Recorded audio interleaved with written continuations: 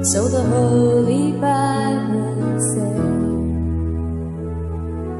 Mary's boy child, Jesus Christ, was born on Christmas Day. கலிலேயாவில் உள்ள நாசரேத் என்னும் ஊரில் தாவீதின் வம்சத்தானாகிய யோசேப்பு என்கிற நாமமுள்ள புருஷனுக்கு நியமிக்கப்பட்டிருந்த ஒரு கன்னிகையின் இடத்திற்கு காப்ரியேல் என்னும் தூதன் தேவனாலே அனுப்பப்பட்டான். அந்த கன்னிகையின் பெயர் மரியாள். அவள் இருந்த வீட்டில் இப்பொழுது தேவதூதன் பிரவேசிக்கிறான். கிருபை பெற்றவளே வாழ்க, கர்த்தர் உன்னுடனே இருக்கிறார். ஸ்திரீகளுக்குள்ளே நீ ஆசீர்வதிக்கப்பட்டவள். அவளோ அவனைக் கண்டு அவன் வார்த்தையினால் கலங்கி இந்த வாழ்த்துதல் எப்படிப்பட்டதோ என்று சிந்தித்துக் கொண்டிருந்தாள். மரியாளே, பயப்படாதே, நீ தேவனிடத்தில் கிருபை பெற்றாய். இதோ நீ கர்ப்பவதியாகி ஒரு குமாரனை பெறுவாய். அவருக்கு இயேசு என்று பெயரிடுவாயாக. அவர் பெரியவராயிருப்பார். உன்னதமானவருடைய குமாரன் எண்ணப்படுவார். கர்த்தராகிய தேவன் அவருடைய பிதாவாகிய தாவீதின் சிங்காசனத்தை அவருக்கு கொடுப்பார். அவர் யாக்கோபின் குடும்பத்தாரை என்றென்றைக்கும் அரசாளுவார். அவருடைய ராஜ்யத்துக்கு முடிவிராது. இது எப்படி ஆகும்? நான் புருஷனை அறியேனே. பரிசுத்த ஆவி உன்மேல் வரும். உன்னதமானவருடைய பலம் உன்மேல் நிழலிடும். ஆதலால் உன்னிடத்தில் பிறக்கும் பரிசுத்தம் உள்ளது தேவனுடைய குமாரன் எண்ணப்படும். இதோ உனக்கு இனத்தாளாய் இருக்கிற எலிசபெத்தும் தன் முதிர் வயதிலே கர்ப்பமாய் இருக்கிறாள். மலடி எண்ணப்பட்ட அவளுக்கு இது 6ஆம் மாதம். தேவனாலே கூடாத காரியம் ஒன்றுமில்லை. இதோ நான் ஆண்டவருக்கு அடிமை. உம்முடைய வார்த்தையின்படி எனக்கு ஆக கடவுது. இயேசுவின் தாயாகிய மரியாள் யோசேப்புக்கு நியமிக்கப்பட்டிருக்கையில் அவர்கள் கூடி வரும் முன்னே அவள் பரிசுத்த ஆவியினாலே கர்ப்பவதியானாள் என்று காணப்பட்டது. அவள் புருஷனாகிய யோசேப்பு நீதிமானாயிருந்து அவளை அவமானப்படுத்த மனதில்லாமல் ரகசியமாய் அவளை தள்ளிவிட யோசனையாயிருந்தான். அவன் இப்படி சிந்தித்துக் கொண்டிருக்கையில் கர்த்தருடைய தூதன் சொப்பனத்தில் அவனுக்கு காணப்பட்டு,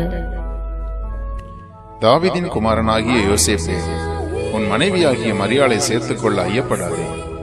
அவளிடத்தில் உற்பத்தியாயிருக்கிறது பரிசுத்த ஆவியினால் உண்டானது. அவள் ஒரு குமாரனை பெறுவாள். அவருக்கு இயேசு என்று பெயரிடுவாயாக. ஏனெனில் அவர் தமது ஜனங்களின் பாவங்களை நீக்கி அவர்களை ரட்சிப்பார்.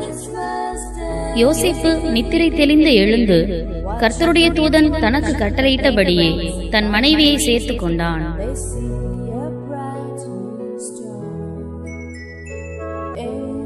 அந்நாட்களில் உலகமெங்கும் குடிமதிப்பு எழுதப்பட வேண்டும் என்று அகஸ்தராயனால் கட்டளை பிறந்தது.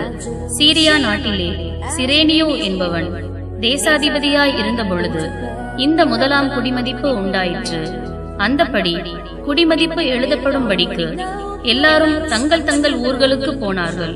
அப்பொழுது யோசேப்பும் தான் தாவீதின் வம்சத்தானும் குடும்பத்தானுமாய் இருந்தபடியினாலே தனக்கு மனைவியாக நியமிக்கப்பட்டு கர்ப்பவதியான மரியாளுடனே குடிமதிப்பு எழுதப்படும்படி கலிலேயா நாட்டில் உள்ள நாசரேத் ஊரிலிருந்து யூதேயா நாட்டில் உள்ள பெத்லகேம் என்னும் தாவீதின் ஊருக்கு போனான். அவ்விடத்திலே அவர்கள் இருக்கையில் அவளுக்கு பிரசவ காலம் நேரிட்டது. அவள் தன் முதற் பேரான குமாரனை பெற்று சத்திரத்திலே அவர்களுக்கு இடமில்லாதிருந்தபடியினால் பிள்ளையை துணிகளில் சுற்றி முன்னணியிலே கிடத்தினார்.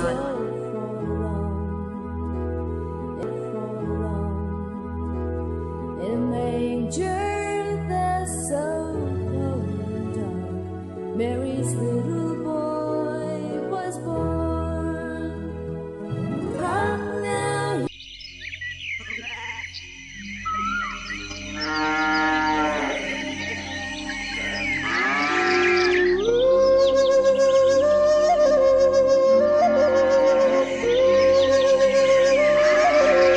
அப்பொழுது அந்த நாட்டிலே மேய்ப்பர்கள் வயல்வெளியில் தங்கி ராத்திரியிலே தங்கள் மந்தையை காத்துக் கொண்டிருந்தார்கள். அவ்வேளையில் கர்த்தருடைய தூதன் அவர்களிடத்தில் வந்து நின்றான். கர்த்தருடைய மகிமை அவர்களை சுற்றிலும் பிரகாசித்தது. அவர்கள் மிகவும் பயந்தார்கள். பயப்படாதிருங்கள், இதோ எல்லா ஜனத்துக்கும் மிகுந்த சந்தோஷத்தை உண்டாக்கும் நற்செய்தியை உங்களுக்கு அறிவிக்கிறேன். இன்று கர்த்தராகிய கிறிஸ்து என்னும் இரட்சகர் உங்களுக்கு தாவீதின் ஊரிலே பிறந்திருக்கிறார். பிள்ளையை துணிகளில் சுற்றி முன்னணியிலே இருக்க காண்பீர்கள். இதுவே உங்களுக்கு அடையாளம். தேவதூதன் நமக்கு சொன்ன மாதிரியே நம்ம எல்லாரும் பெத்லகேம் ஊருக்கு போய் பார்க்கலாம் வாங்க.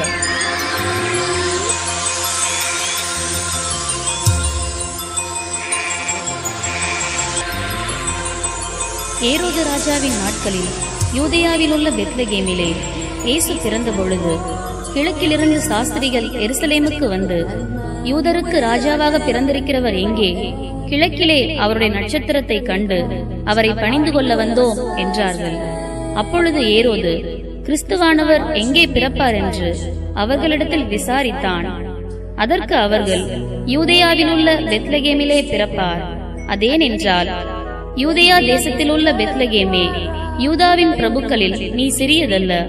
என் ஜனமாகிய இஸ்ரவேலை ஆளும் பிரபு உன்னிடத்திலிருந்து புறப்படுவார் என்று தீர்க்கதரிசியினால் எழுதப்பட்டிருக்கிறது என்றார்கள். அப்பொழுது ஏரோது சாஸ்திரிகளை ரகசியமாய் அழைத்து நட்சத்திரம் காணப்பட்ட காலத்தை குறித்து அவர்களிடத்தில் திட்டமாய் விசாரித்து, நீங்கள் போய் பிள்ளையை குறித்து திட்டமாய் விசாரியுங்கள். நீங்கள் அதை கண்ட பின்பு நானும் வந்து அதை பணிந்து கொள்ளும்படி எனக்கு அறிவியுங்கள் என்று சொல்லி அவர்களை பெத்லகேமுக்கு அனுப்பினான். ராஜா சொன்னதை அவர்கள் கேட்டு போகையில், இதோ அவர்கள் கிழக்கிலே கண்ட நட்சத்திரம் பிள்ளை இருந்த ஸ்தலத்திற்கு மேல் வந்து நிற்கும் வரைக்கும் அவர்களுக்கு முன் சென்றது. அவர்கள் அந்த நட்சத்திரத்தை கண்டபோது மிகுந்த ஆனந்த சந்தோஷம் அடைந்தார்கள்.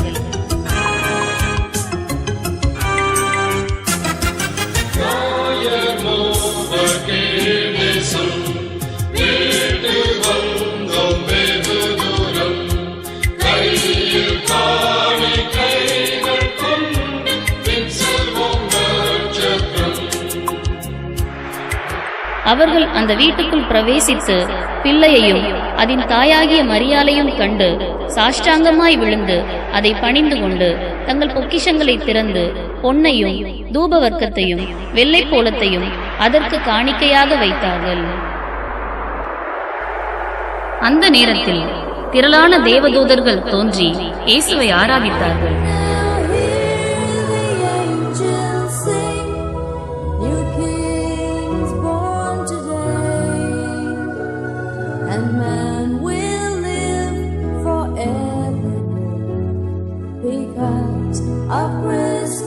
உன்னதத்திலிருக்கிற தேவனுக்கு மகிமை, பூமியிலே சமாதானம், மனுஷர் மேல் பிரியமும் உண்டாவதாக.